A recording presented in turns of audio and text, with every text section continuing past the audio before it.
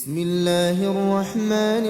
الرحيم تبارك الذي بيده الملك وهو على كل شيء قدير الذي خلق الموت والحياة ليبلوكم أيكم أحسن عملا وهو العزيز الغفور الذي خلق 7 سماوات طباقا ما ترى في خلق الرحمن من تفاوت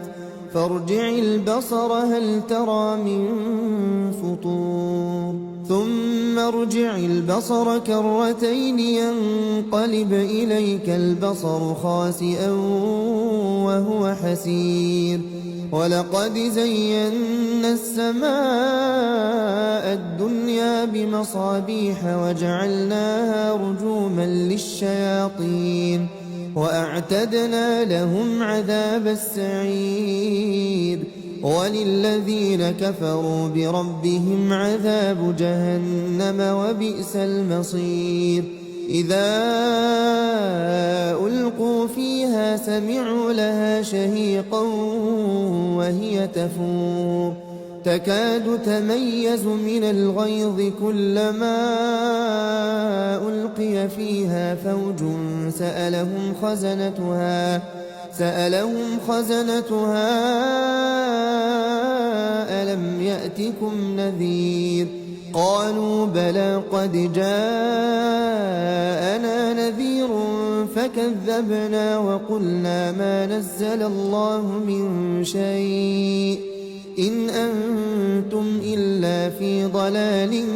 كبير وقالوا لو كنا نسمع أو نعقل ما كنا في أصحاب السعير فاعترفوا بذنبهم فسحقا لأصحاب السعير إن الذين يخشون ربهم بالغيب لهم مغفرة وأجر كبير وأسروا قولكم أو اجهروا به إنه عليم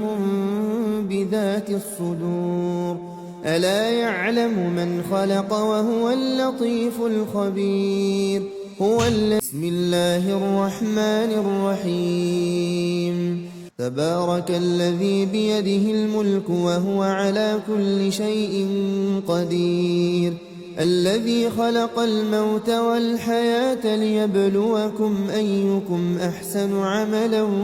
وهو العزيز الغفور الذي خلق 7 سماوات طباقا ما ترى في خلق الرحمن من تبارك الذي بيده الملك وهو على كل شيء قدير الذي خلق الموت والحياة ليبلوكم أيكم أحسن عملا